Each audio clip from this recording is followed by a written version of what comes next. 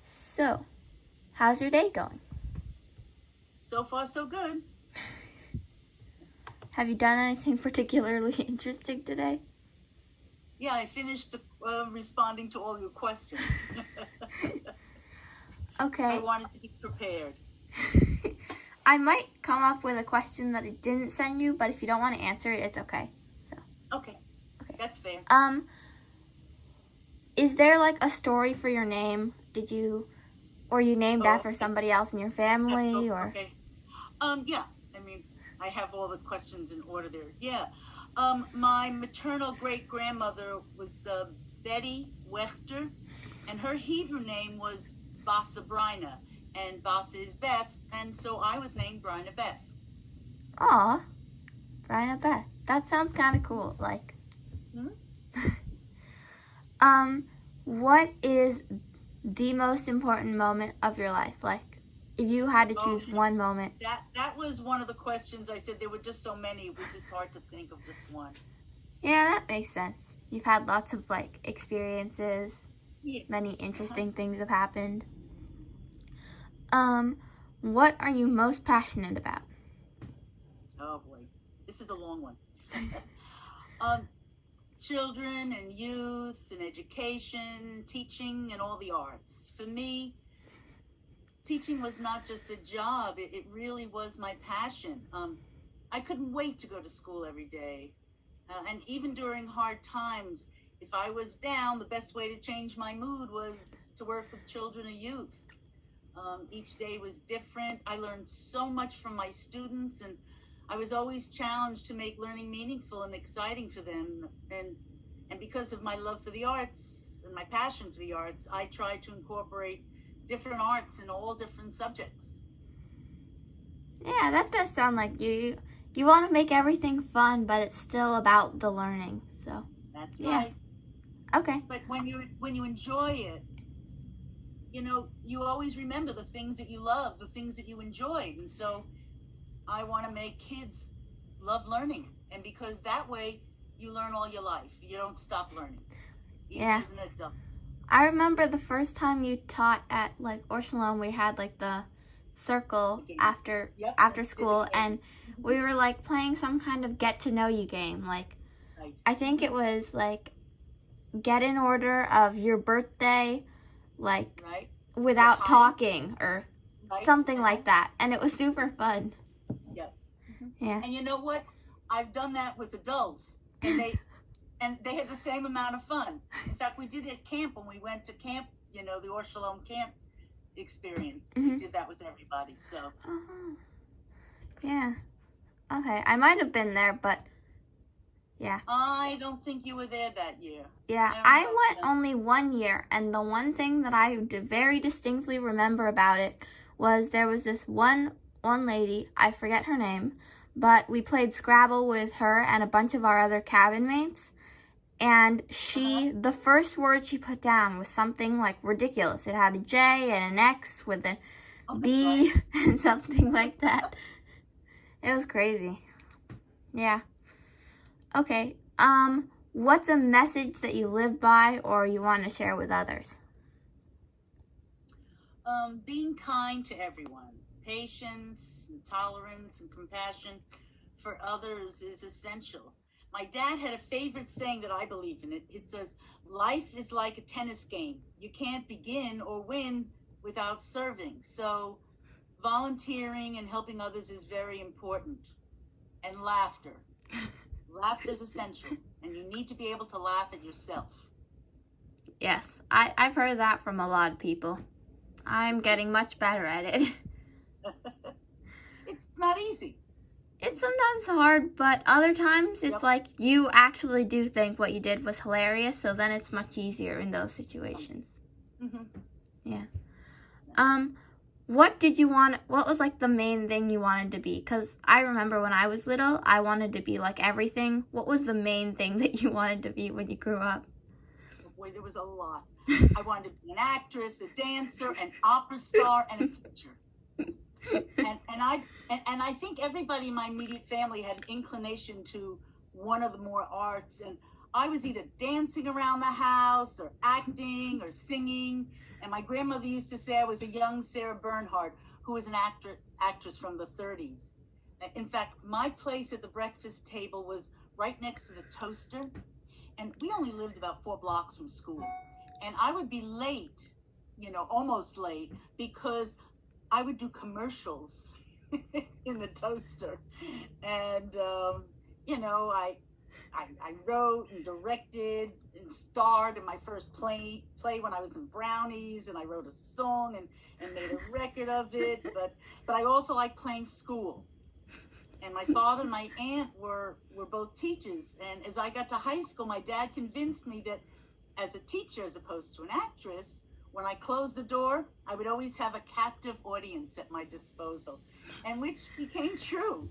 I incorporate different aspects of drama and dance and music and art into science and math and social studies and language arts. I even used to use an operatic voice sometimes to give instructions, like, today we're going to do multiplication. Turn to page 43, So, we would have a good time. And a parent gave me a towel, and I have it, and it says, a great teacher takes a hand, opens a mind, and touches a heart. And I hope my students will always view me that way. That's a nice towel that parent gave you. It's a lovely towel, and I see it every day. Ooh, that's pretty. Okay, I'm going to ask you the rest of the questions in a second, but I have just one random question that I can think of. Sure. What was your most embarrassing childhood moment? Oh. That's like one of my favorite questions. Okay. I think I was in 2nd grade. And in those days when it was cold, because, I was on the East Coast, we would wear leggings. And I remember we're getting ready for PE. And in those days, especially in 2nd grade, boys and girls, you did PE together. And I remember pulling down my, I was pulling down my leggings, and Joseph Morris was there, and I went, see, and for some reason my underpants were down on the floor. I was so embarrassed. I quickly picked them up. That's kind of funny. Yeah, I think that's like one of my favorite questions to ask, because it's just one of those questions where you can't really think about what other people are thinking. You kind of just need to have fun in the moment of that whatever funny thing happened to you. Yeah. Yeah. There were a couple of them, so. But that was one I remember I was just mortified. And because I thought I know what happened. No, wait a minute. It's clearer now. I had my shorts. So when I pulled down my leggings, my shorts went down, so I had my underpants there. And I'm taking off my thing, and I'm just standing there in my underpants. And it was in 2nd grade, and even to this day, I think about that. That was most embarrassing. And of course, he told other people, so I was really embarrassed. That's way more embarrassing than a lot of the things that I've heard from that question. Mm-hmm. Yeah, I think my Chinese teacher, she said her most embarrassing moment was when her mom was her 3rd grade teacher, and her and her friend got to school late because they walked all the way there, and then her mom wouldn't let her into the classroom for half of class because she was late, and it was pretty funny. I have one because I had my father as a science teacher, and he would always say, what's your name, young lady? And he gave me a B, and when he left, I got an A from the new science. But then my mother was the secretary to the vice principal in charge of discipline. And I was late for school. Now, you're not called into the office unless you were late 3 times, and then you get detention. But I was in the room right next to it, and I get called to the office. And she looks at me and says, "Young lady, why were you late for school?" And I just stood there and says, and this is the voice I used. Well, Miss Rifkind, my mother forgot to wake me up this morning. And she raised her hand, and I ran out of the room. That's funny. I've always wondered what it would be like to have a parent as a teacher, but I feel like I just get so annoyed with them a lot that I just like. Well, I was lucky because everybody really liked my dad. He was a science teacher, and some of my philosophy about education came from my father, empowering people and stuff like that. But I remember the 8th grade girls one time pushed me against the wall and says, "You better tell your dad he's not going to give a test." My father never gave him tests. So, you have to deal with some of those kinds of things. Yeah. Yeah, I always feel like if you have a parent as a teacher and you get a good grade, then you're like, well, your parent could have just given you that grade.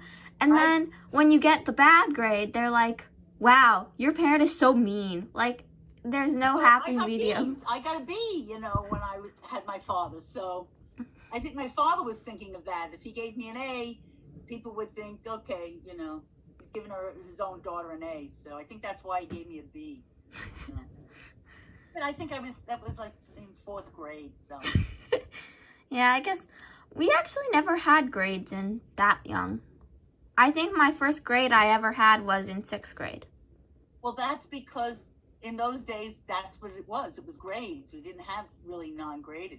Because when I first started teaching, we had grades, but later on, we didn't give grades. We did evaluations. So.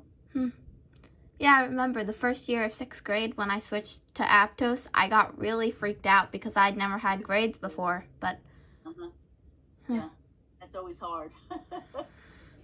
Grades make me really stressed out, but it makes a lot of people stressed out. Yeah. And that's why, Yeah. What special foods and recipes do you associate with your family or family celebrations? There are, again, too many to list here. I mean, I was looking and says, are you kidding? There are too many, And actually, it's funny because I love making challah and stuff like that. But my grandmother never made challah. My mother didn't make challah. But I love making challah. So. and baking and doing all sorts of stuff. I love cooking. Same here, except one of my grandmas does like baking and cooking. Just the other one doesn't, and my mom hates doing it because she thinks she burns everything.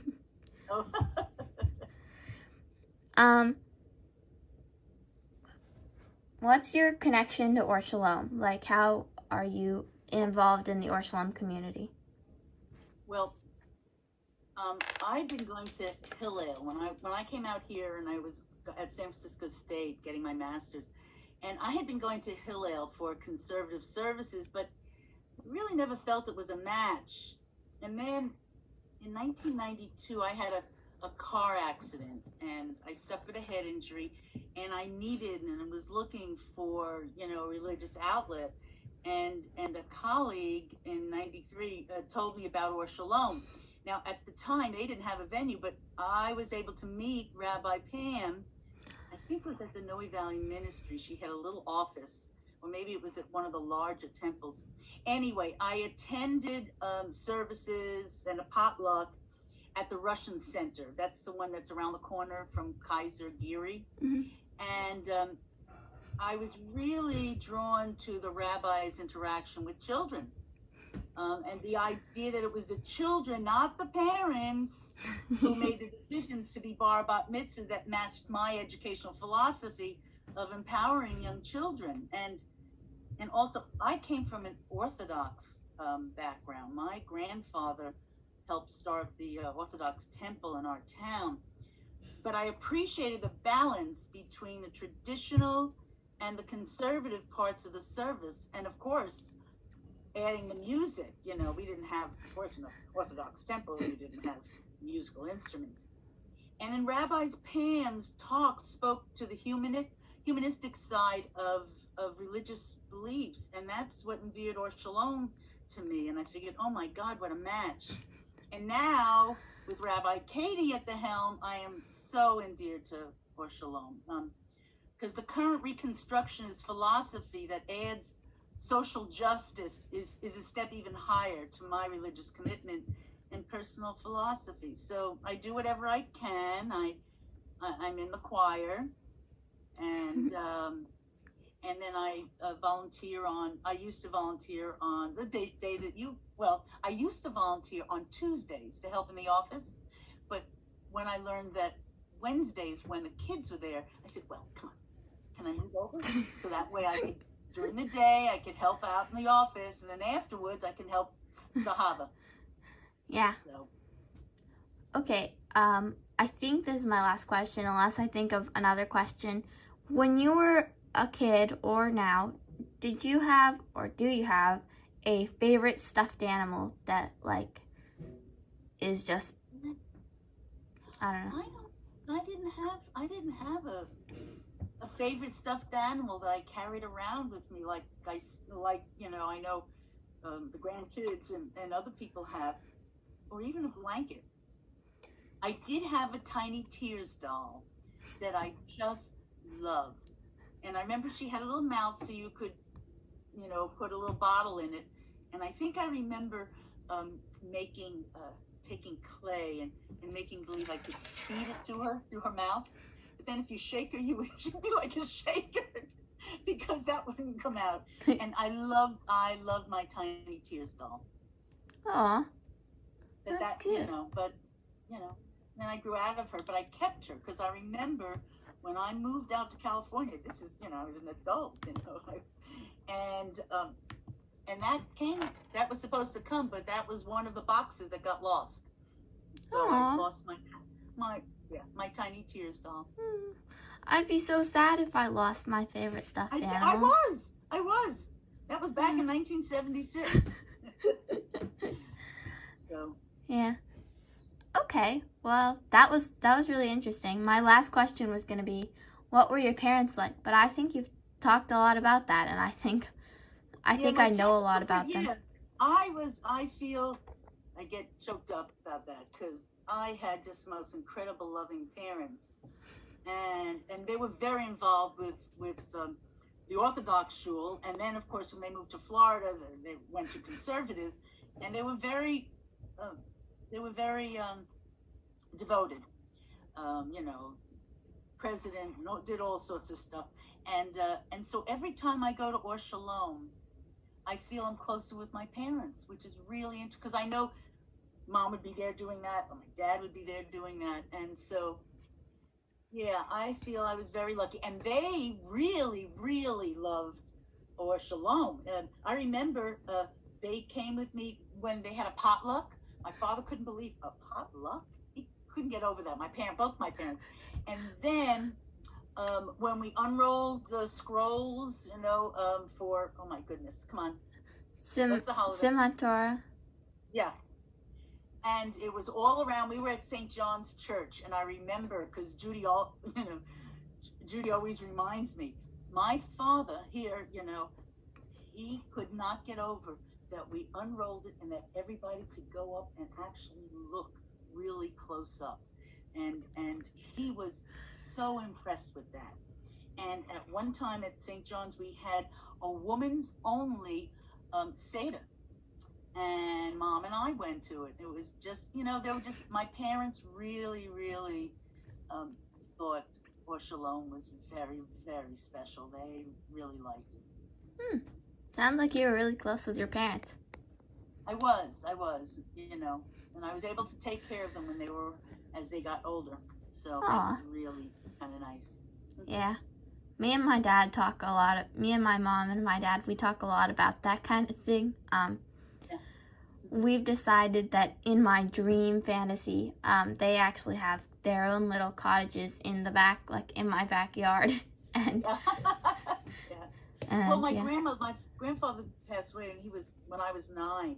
And so my grandmother and I shared a bedroom that was maybe the size of the rabbi's office. I mean, it was a small room. Wow. Just 2 beds. So, That's pretty small. Was there for a long time. Yep. So, yeah. Yeah. I feel lucky that my bedroom is really big. Yeah. Anyways, that concludes our interview. Okay. If you have any other questions, I could send you my if you need to write anything, I can send you my questions, my response, because I typed it out. Yeah, I think the video is good, but if for some reason the video audio doesn't come out, I would share that with Zahava, so I'll let you know. Okay. Okay. Okay, that's